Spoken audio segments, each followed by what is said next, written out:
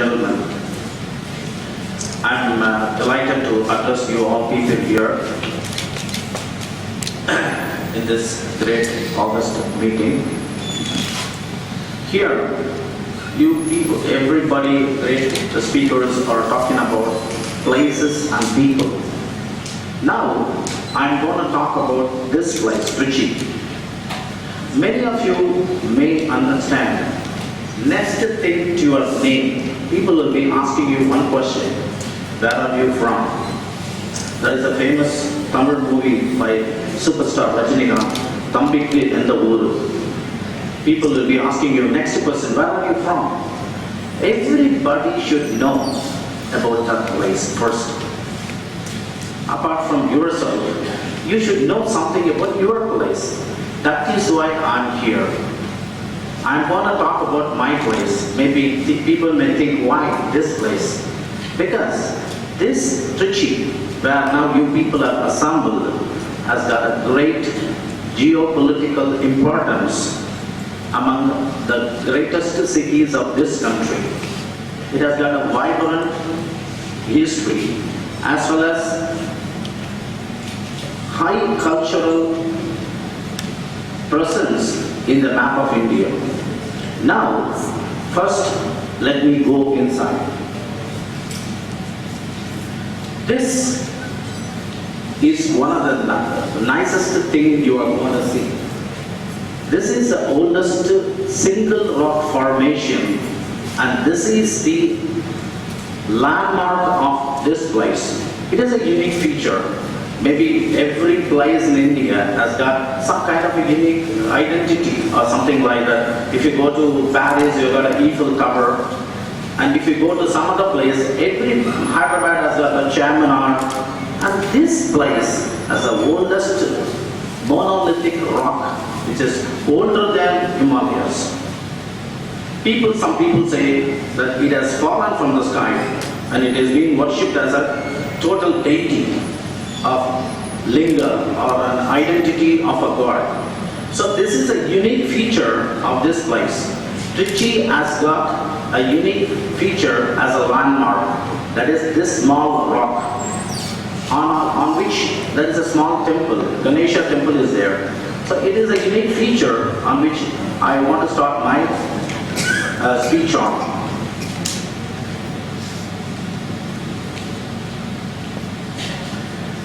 Just before me, one of the greatest illuminaries of archaeology was delivering the greatest lectures about ancient civilizations and whatnot. I got nothing to add, but just to tell you, this place is one of the very important in our geopolitical thing. Because I tell you one thing, he was talking about our Indian maritime trade and commerce across the world. And usually every time our people talk about India is we are not invaders, we are traders. Indians used to go everywhere and do trade and commerce. But there was only one empire, which was called the Cholas. They are able to install their empire across Far East, in Thailand and Indonesia and Bali and so many places. They were able to install their emperor and dynasties was followed. Hindu religion was embedded there. These things are being done from Tamil Nadu by the Cholas. Their capital is Trichy. But it was not called Trichy then, it was called Varayur. That place right now is a small suburban of this beautiful city now. So you people are now sitting in a place which has got a very, very biggest empire called the Chola Empire as the capital. That is Varayur, which is very nearby this place. And this place has got an historical noting from the Asoka edicts and even the famous Ptolemy, the Greek Egyptian writer, used to refer this place in his writings. So this place has got a vibrant economy and trade and commerce and a political importance which was able to be quoted by very far away places in their books. So this is a place of happening from more than 2000 years. So this place is very, very important in the annals of history and political importance. And just before, he was talking about metallurgy and other things. See, you may have seen in a lot of, right now the Indians have seen a beautiful movie called Bahubali, wherein a sword fighting will be there and a merchant will be trying to sell the sword, which has got, it was made up of steel, which was able to withstand the fighting ability without breaking or doing anything. Further, you need to know something about metallurgy. The woods, a special kind of a steel, was available only from this place and which has been traded across the globe, and it was known as Trichy steel, which has been referred to by the director of British Iron and Steel Foundation.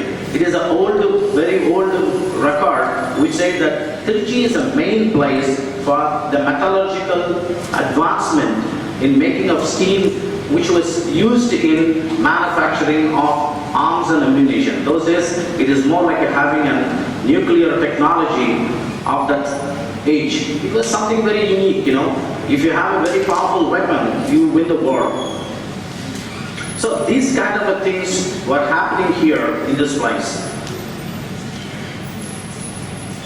Now, coming back to another thing is, as he said about the technology of construction, now he has shown me a lot of constructions of and burial things and other things. Now you are seeing one of the marvels of irrigation engineering that is called the Grand Anekka. We locally call this Kallanek. This was built in the second century AD by Karigal Chola.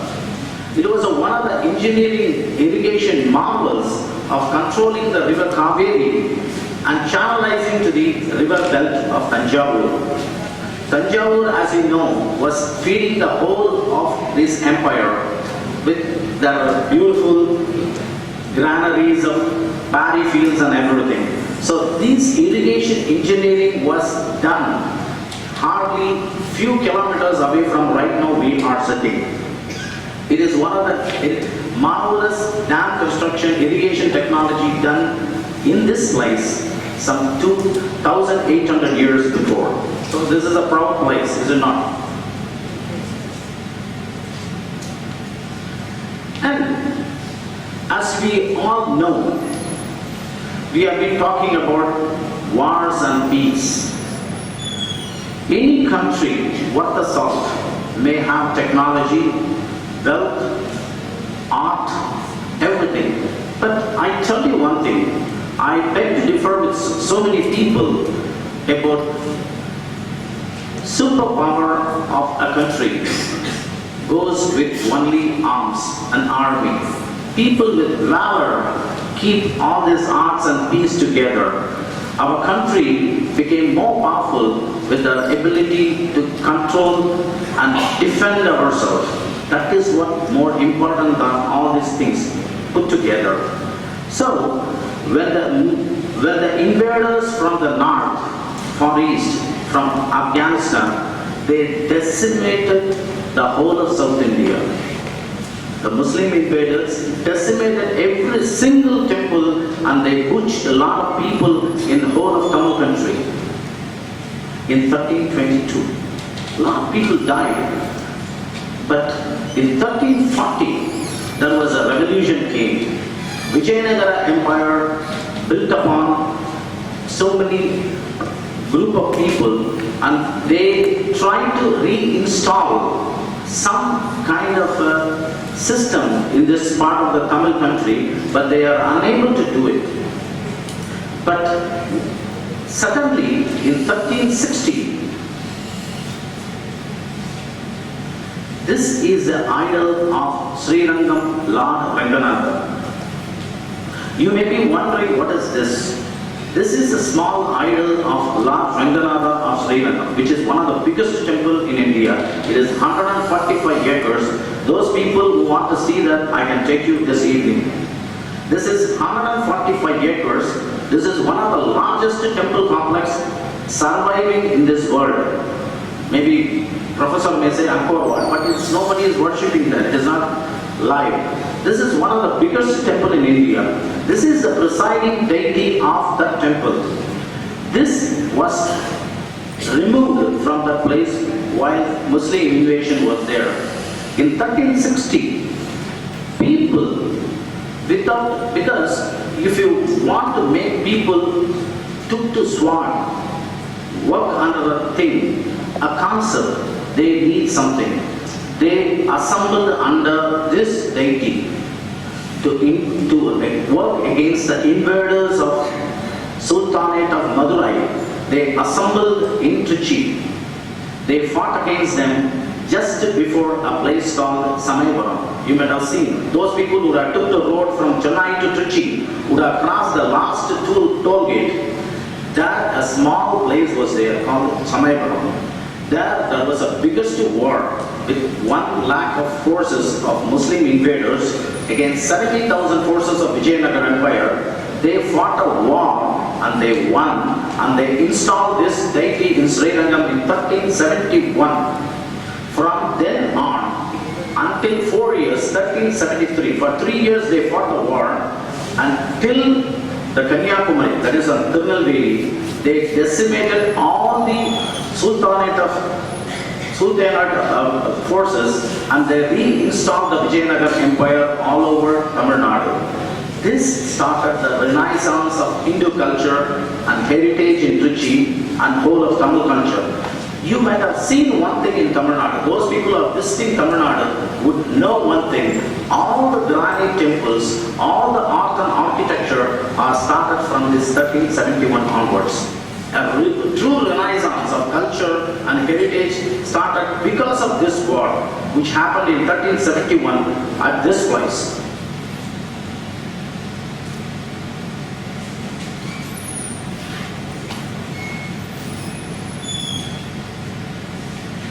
Now, we jump to 1752. By the way, I am speaking in a language called English, because we have been ruled by British. That is what we all know. But before 1752, the whole of South India was taken over by French East India Company under Dupleix from Pondicherry. They have been running the show behind the Nawab of Arcot, and even the Hyderabad Nizams were being under the control of these people. All this changed in 1752, precisely in this small 16-pillar mandap just before Srirangam temple. This Srirangam temple was under the control of French. They were having the biggest military garrison inside this Srirangam temple. There were more than 2,000 armed forces and 200 people are in the military hospital. So see the size of the army inside this one in 1752. They surrendered before Stinger Lawrence. You can go and Google this name. He is a father of Indian Army. Stinger Lawrence, and one small gentleman was standing in this 16-pillar mandap. His name is Robert Clive, a famous East Indian Company clerk who turned the tide against the Indian kings and made the English as our language, English as our whatnot. So that is a ton of events that has happened in this place. Otherwise, I'll be talking bonjour and I'll be speaking in French and you people will be enjoying yourself. We would not be speaking English, isn't it? French lost in this place. This place is right now in Srirangam with 2 petty shops and nobody cares, even because I was born and brought up there. It is a place where history changed. That is the last thing we Indians give importance to the historical places. And moreover, one thing I tell you, and another part of the thing, that is a domino effect. Louis XV was running the show in the France. France was not doing fine in 1740s to 1750. He had a concubine, a lady. I just lost her name because I never thought that will be appropriate here. She started to build palaces and palaces and palaces. For that, Dupleix was forced to steal a lot of money from Indian temples and send them to Europe. Those who have gone to Europe and taken photos before those beautiful palaces in Paris, just remember, these things have been stolen from India. It is all our money. It is all our money. When the money drained in 1752, when the French lost South India, what exactly happened is they lost. People went to poverty. You might have read about the La Miserable story, which everybody would have gone through. People become poor in France, and revolution ensued, and the French Revolution ensued, and all the people have been dead. So French lost their power, and even the French, I can say the domino effect of French Revolution started in this place, the loss of Srirangam. So this is a so important place where French surrendered to the English, and this is what the starting of what I'm talking about. The world turning events happened in this place in 1752. Then on, this led everything which we have read in our schools. This is not being taught in our school, but this has happened. Now,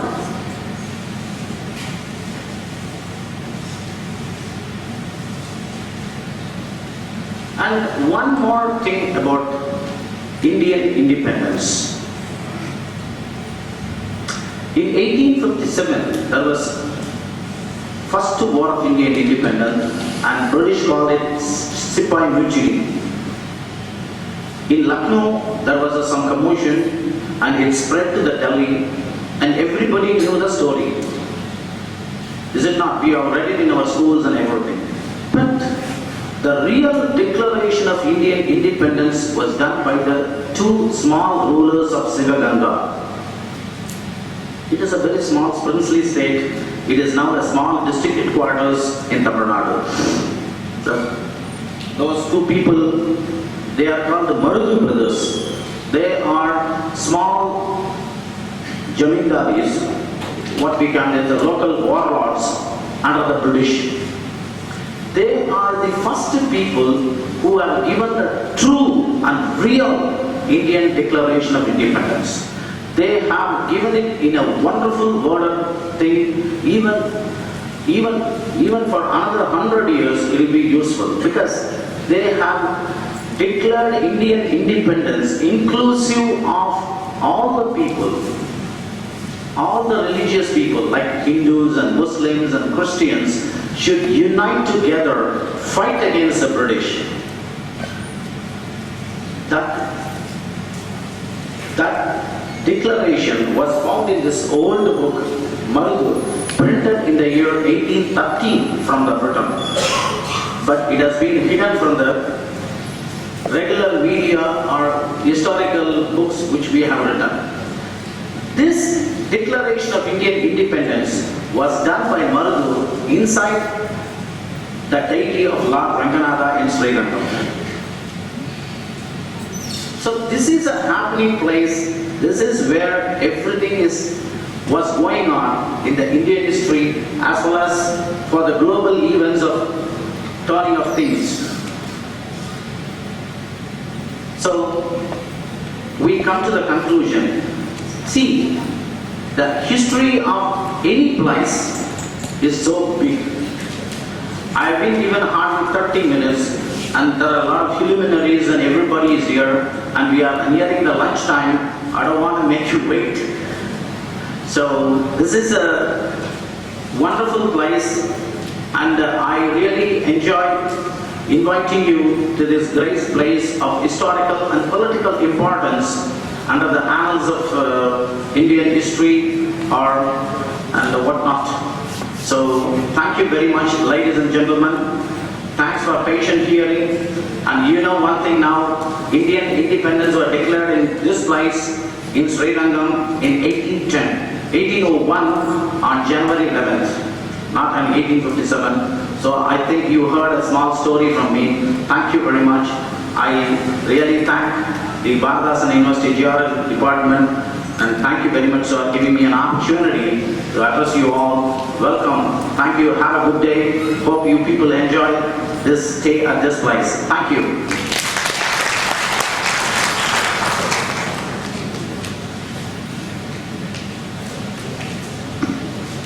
Thank you very